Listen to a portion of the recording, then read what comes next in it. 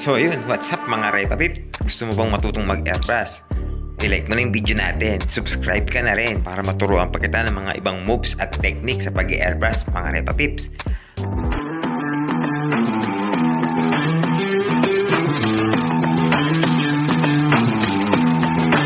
Heto na nga mga Repa, inumpisahan ko ng gumawa ng stencil dito. Bali, ang ginawa ko lang isa, nag-xerox ako dito ng kokopyain na image na nagustuhan ko na ilalagay dun sa ating project na pipinturahan. Bali, sa pagkatouch ko nito mga Repa Pips, gumamit lang ako dito ng cutter blade. So ingat kayo pagka gumamit kayo ng ganito dahil maaari kayo masugatan. Sa ating fuel tank kasi doon natin to ipipainting mga Repa Pip. Pagkatapos natin itong makatouch is umpisa na natin na ibakat o ipang-pattern dun sa ating project.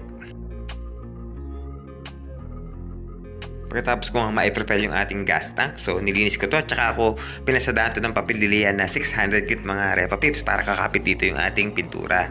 So bali, ang unang ginawa ko is nag-base coat mula ako dito ng kulay puti para pagka in-stencil natin yung ating pattern dito is lilitaw agad. Yung kasing kokopya natin na image is may background na may red siya na may konting blue sa may gilid mga Repa Pips. Kung makikita nyo sa ating screen yung ating reference na nakadikit niya sa dingding, kumbaga susundan natin yan.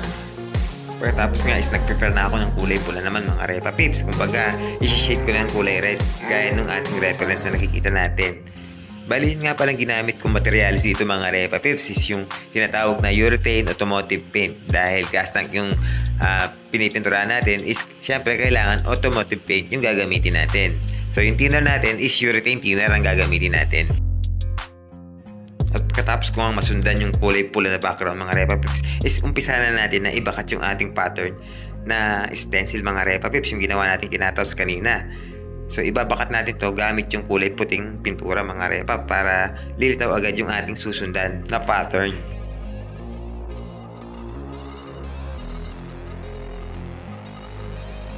At pagkatapos is unti-unti ko na itong buhayin o i-paintingan mga Repa Pips gamit lang yung puting base.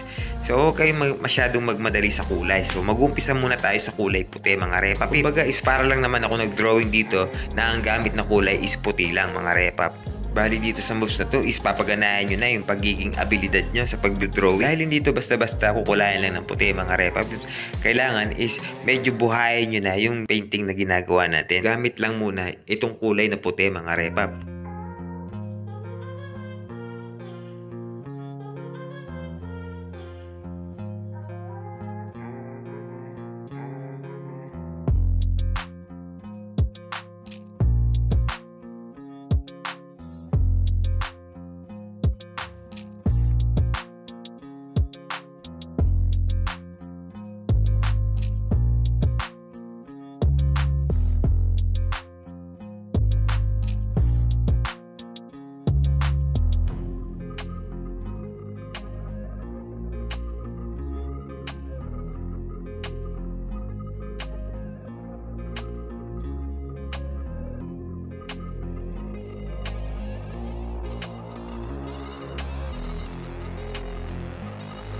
Bali, dito is unti-unti ko nang binubuhay yung kulay ng mukha ng tao.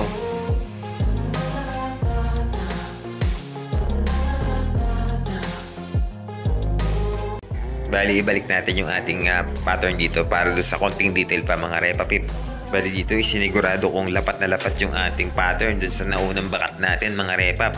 Siyempre, kailangan tugma-tugma yan. Dahil pagka hindi yan naglapat is pangit yan lalabas mga Repa Pip.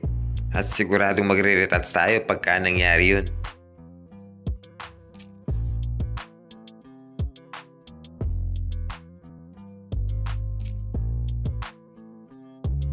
Bali dito yung gagamitin kong kulay is dark brown pa rin mga Repa Pip. So yung kanina is white, ngayon is dark brown naman tayo para sa mga detail niya.